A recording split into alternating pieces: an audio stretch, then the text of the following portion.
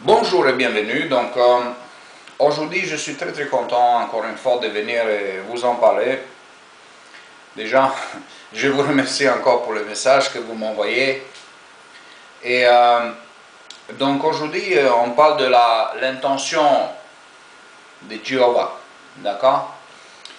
Donc après avoir étudié leur magazine et leur littérature,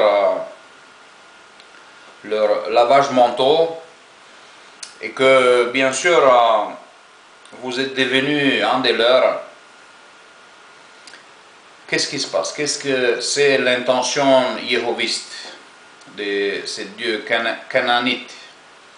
Ces dieux cananites, il veut vous verrouiller. Donc voilà, il vous a capturé. Donc vous êtes en fait capturé. D'accord?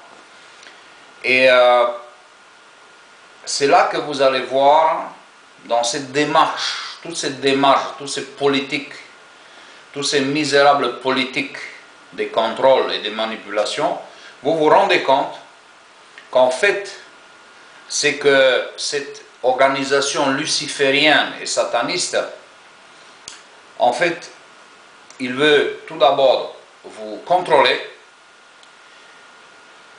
et vous capturer.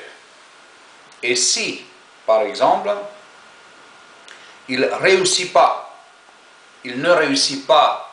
de vous capturer et vous robotiser dans leur système, à ce moment-là, vous allez voir le vrai visage satanique et démoniaque de cette organisation yéhoviste.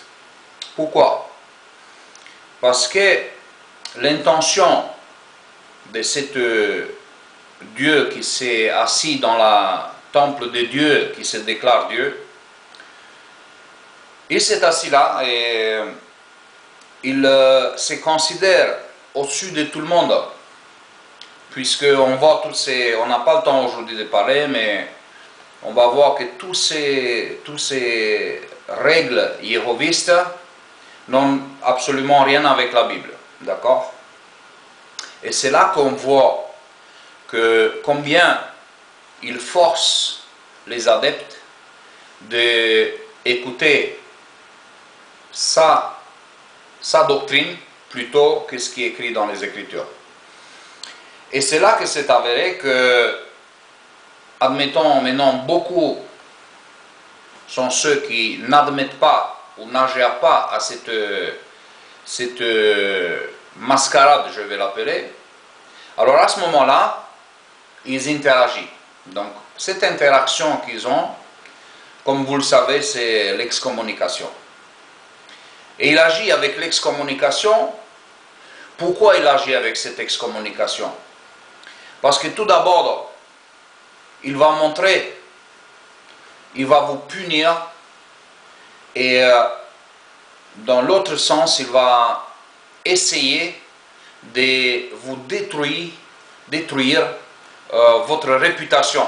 Parce que quand vous êtes excommunié, on annonce, ok, telle personne et telle personne n'est plus d'un frère. Et à ce moment-là, vous êtes complètement, votre réputation dans cette congrégation, dans cette organisation, il est ruiné. Donc vous n'avez plus de réputation. Vous êtes quelqu'un excommunié, vous êtes rejeté, tout le monde vous rejette. Et ça, c'est en quelque sorte sa petite réaction de la haine, parce que c'est une réaction de la haine. Et même si on va dans la Bible, on voit que tout ça c'est une mascarade, ce n'est pas rien de biblique. Enlever le mauvais du milieu de vous, ça n'a rien à voir avec quelqu'un qui n'accepte pas les règles, misérables règles faites par les mains d'un homme ou des hommes. Ça c'est un poubelle tout simplement. Et on voit que le Christ lui-même, qui dans Jean 8, il nous montre comment la femme adultère, il était protégé par lui, il était récupéré, et qu'il n'a pas laissé d'être lapidé.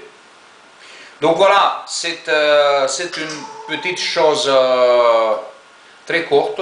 Je voulais faire un petit vidéo courte parce que c'était un peu mon commentaire, parce que beaucoup d'entre vous m'ont demandé, mais Ludovic, mais en fait tu étais excommunié. Je dis oui, on m'a excommunié, mais on m'a excommunié sur le papier, parce que ici où j'habite, tous les frères et sœurs sont là, ils me font la bise, je dis bonjour à tout le monde, donc l'excommunication n'a pas marché.